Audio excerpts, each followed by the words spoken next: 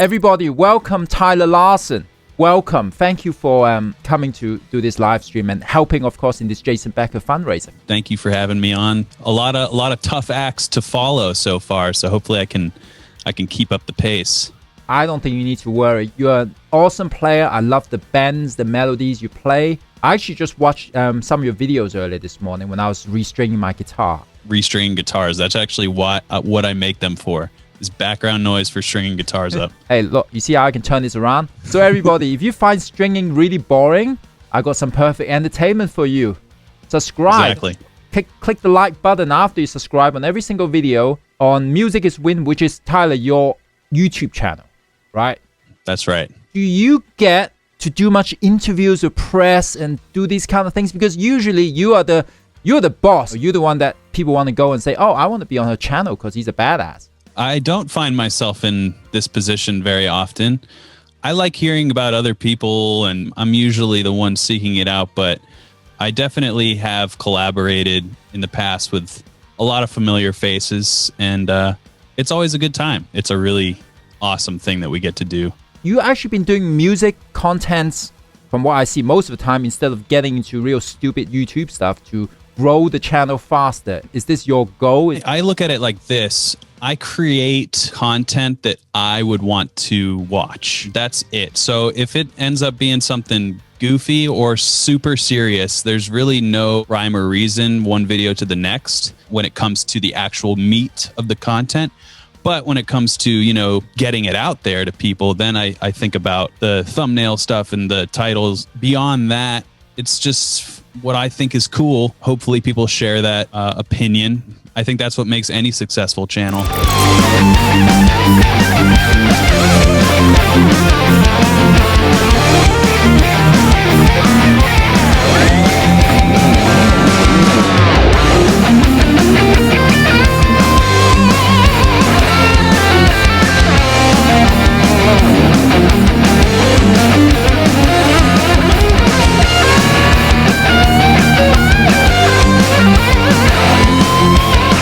How did you get started doing the whole thing on YouTube? What was your thing originally when you played guitar? I mean, how did you end up getting into it that way?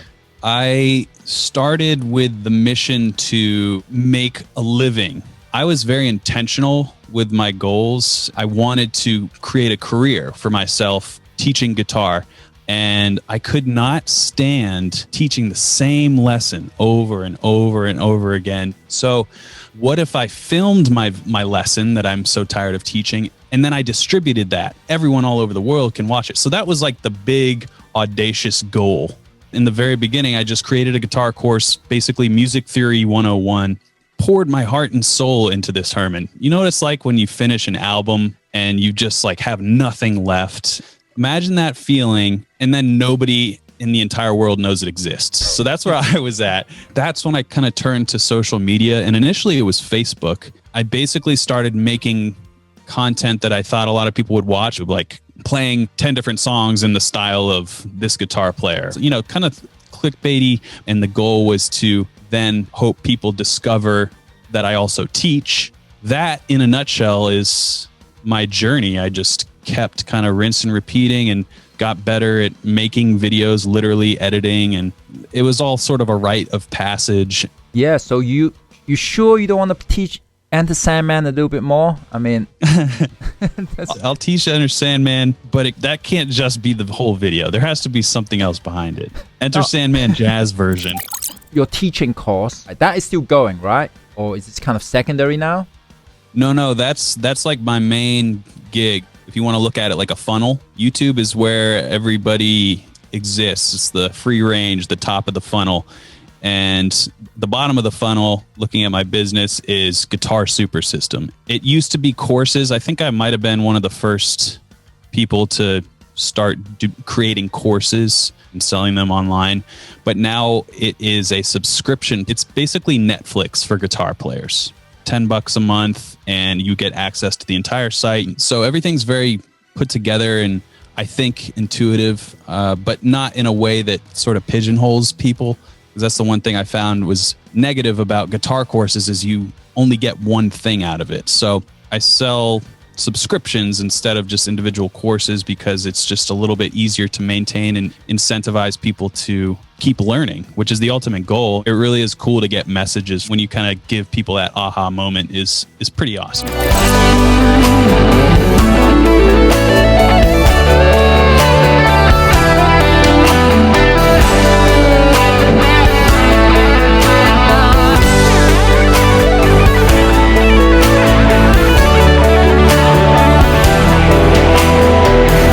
So this whole YouTube thing, I mean, do you say you're a full-time YouTuber too? I mean, how much time do you really get? YouTube is like a constant 24/7 almost. I have learned how to manage my time probably as good as anyone when it comes to this YouTube thing.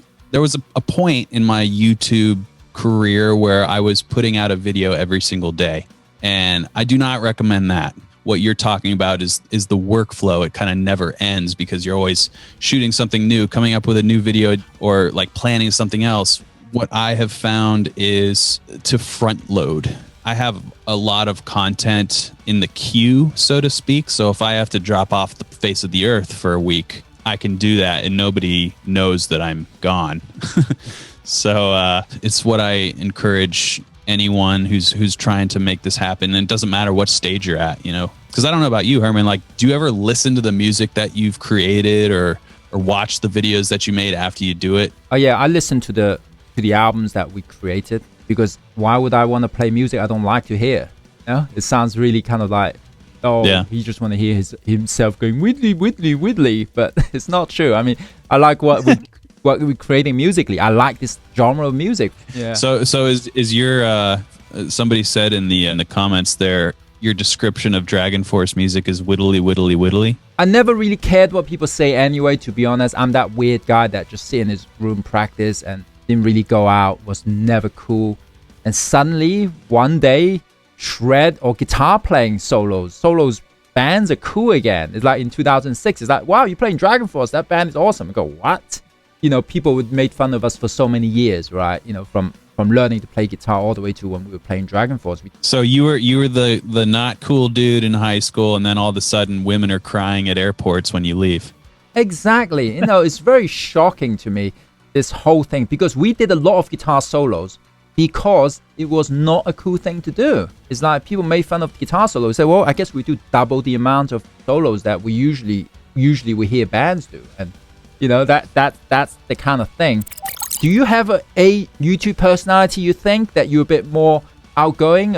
I might actually be a little bit more reserved around people that I don't know in real life. But when you get to know me, I'm pretty much exactly the same on camera, depending on if I've had a few beers.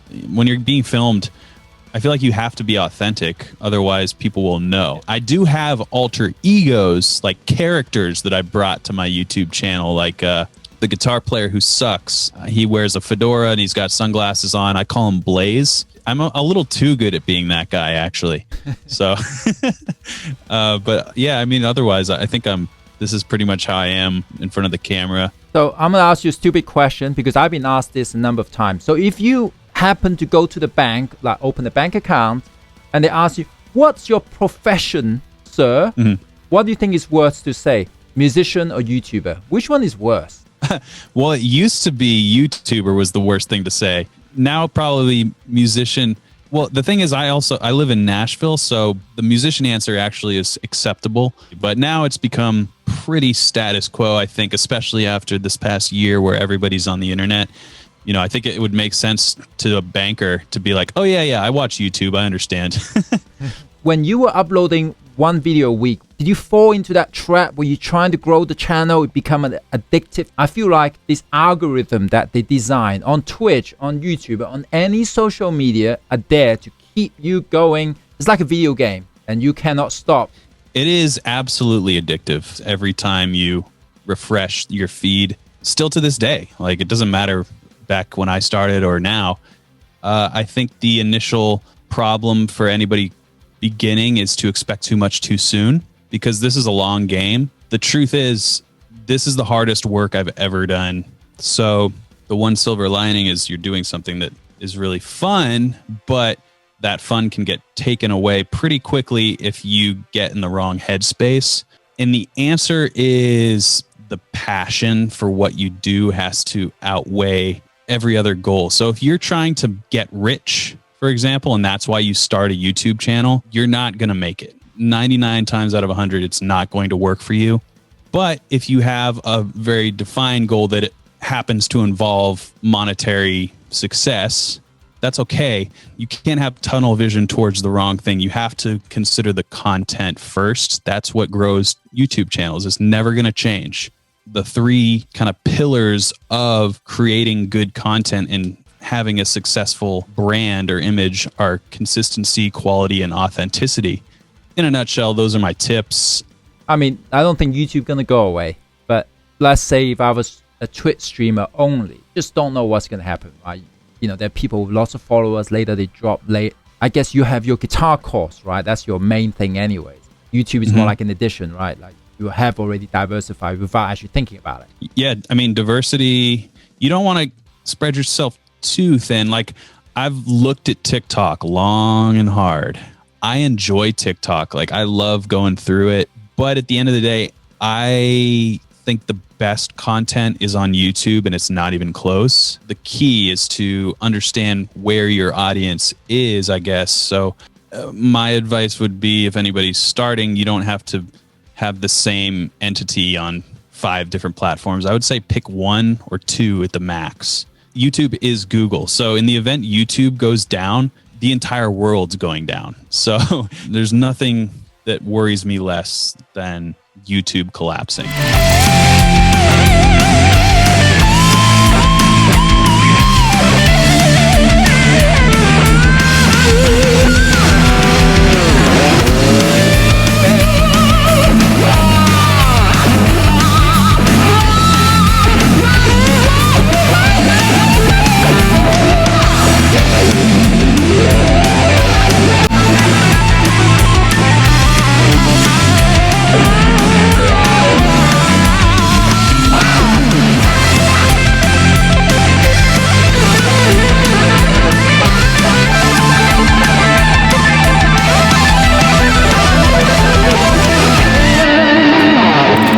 Is this your first time on Twitch, or have you done other streams before? This is my first time.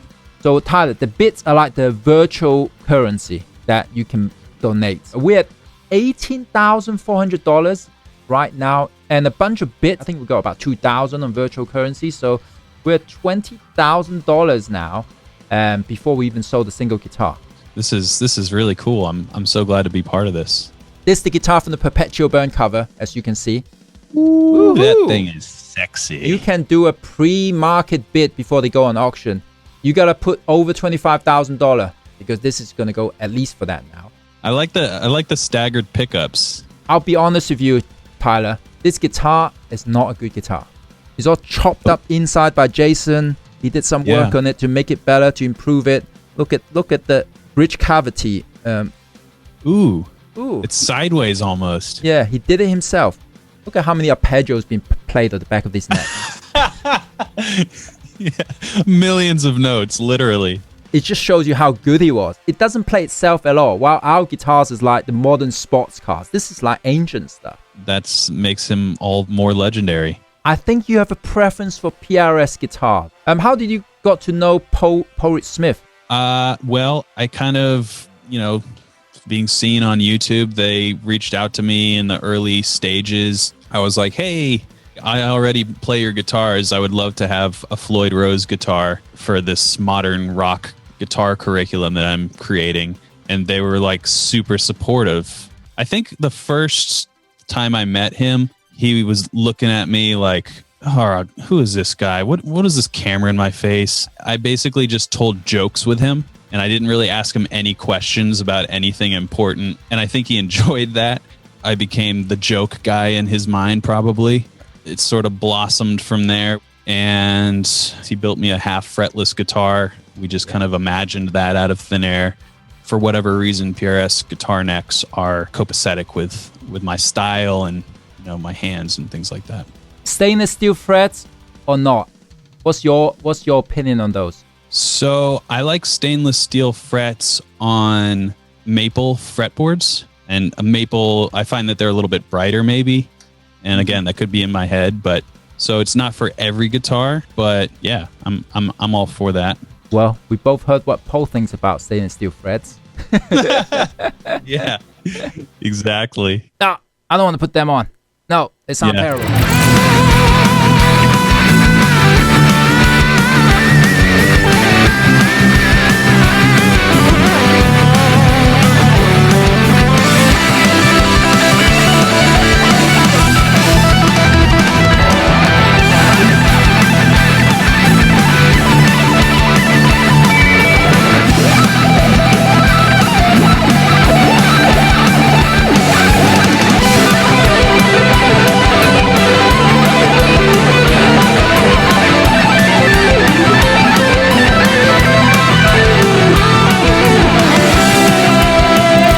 So I'll confess to everybody, right? So basically seeing all you great YouTube musicians playing all different kind of brands, different kind of guitars, that's what really driven me to not sign an endorsement deal. Bah, why do we need that? I have 100+ guitars. Why am I doing this? You know, now I can play any guitar I want. I don't have to think I'm going to hear an email about something. Yeah, I don't think I would like that. Like, I'm technically a PRS artist. The cool thing, they were like, yeah, play any guitar you want. We don't care. We just like that you play ours, and we would love to support you any way we can. And I'm like, yeah, that's a sign of a good company. You should never be getting emails saying, hey, I saw you pick up that Les Paul.